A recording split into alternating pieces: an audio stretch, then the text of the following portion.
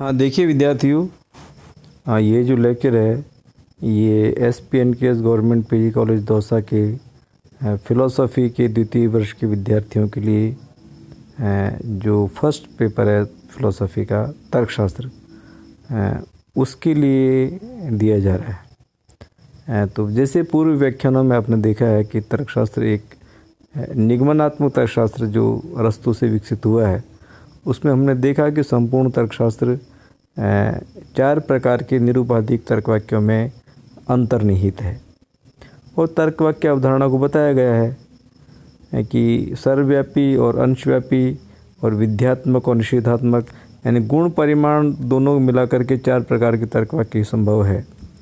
तो ये सब बातें तो आप समझ चुके हो, पढ़ चुके हो। इनकी एक मुख्य अवधारणा और है कि सत्तात्मक तात्पर्य से क्या आशय लिया जाए। अरस्तू के टाइम पर यह एक प्रश्न और उठा कि किन तर्कवाक्यों में सत्तात्मक तात्पर्य होता है और किस तर्कवाक्य में सत्तात्मक तात्पर्य नहीं होता है। तो अरस्तू महोदय ने ये मान कर के चले कि चारों ही प्रकार के तर्कवाक्य सत्तात्मक तात्पर्य रखते हैं। तो इससे पहले तो आप ये समझिए कि सत्तात्मक तात्पर्य कहने का आशय क्या है। इसका एक ही आशय है कि जब कोई कथन, अभिकथन, तर्कवाक्य बोला या लिखा जाता है तो उसके उद्देश्य पद के अंतर्गत वह कथन तर्कवाक्य सदस्यों की सत्ता का कथन करता है कि नहीं करता है, अर्थात उसमें कुछ सदस्य, कम से कम एक सदस्य अवश्य विद्यमान है। तो अरस्तू ने मान लिया कि प्रत्येक तर्कवाक्य सत्तात्मक तात्पर्य से युक्त होता है, अर्थात ए, ई, आई, ओ चारों ही तर्कवाक्यों में सत्तात्मक तात्पर्य होता है। परंतु 19वीं शताब्दी के यानी 20वीं शताब्दी के जो मशहूर गणितज्ञ थे जॉर्ज बूल, उन्होंने पहली बार यह प्रतिपादित किया कि देखिए सर्वव्यापी तर्कवाक्यों में सत्तात्मक तात्पर्य की अवधारणा को स्वीकार करना बहुत घातक होगा गणितीय विकास के लिए।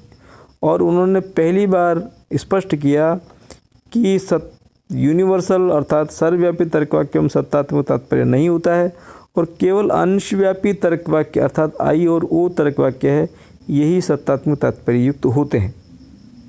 तो ऐसी व्याख्या को जो आधुनिक गणितज्ञों ने और तर्कशास्त्रियों ने माना, तो अरस्तू द्वारा विकसित जो तर्कशास्त्र था उसकी जड़ें हिल गई। उस पर एक बड़ा आघात हुआ, एक अटैक हुआ जॉर्ज बूल की तरफ से, और उन्होंने ये स्पष्ट किया कि अरस्तू महोदय गलत थे जो उन्होंने चारों तर्कवाक्यों में सत्तात्मक तात्पर्य स्वीकार किया। तो इतना मानने के बाद में अरस्तू की व्याख्या है वो धराशायी हो गई और 4 प्रकार के तर्कवाक्यों में जो 4 प्रकार के विरोधी संबंध थे, अर्थात कॉन्ट्रडिक्शन, कॉन्ट्रेरी, सब कॉन्ट्रेरी और सब ऑल्टरनेशन, इसमें चारों रिलेशन मान्य नहीं हुए।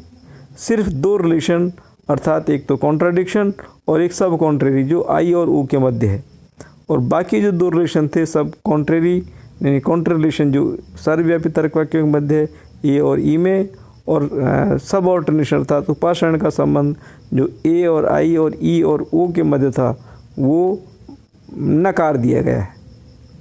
ठीक है विद्यार्थियों।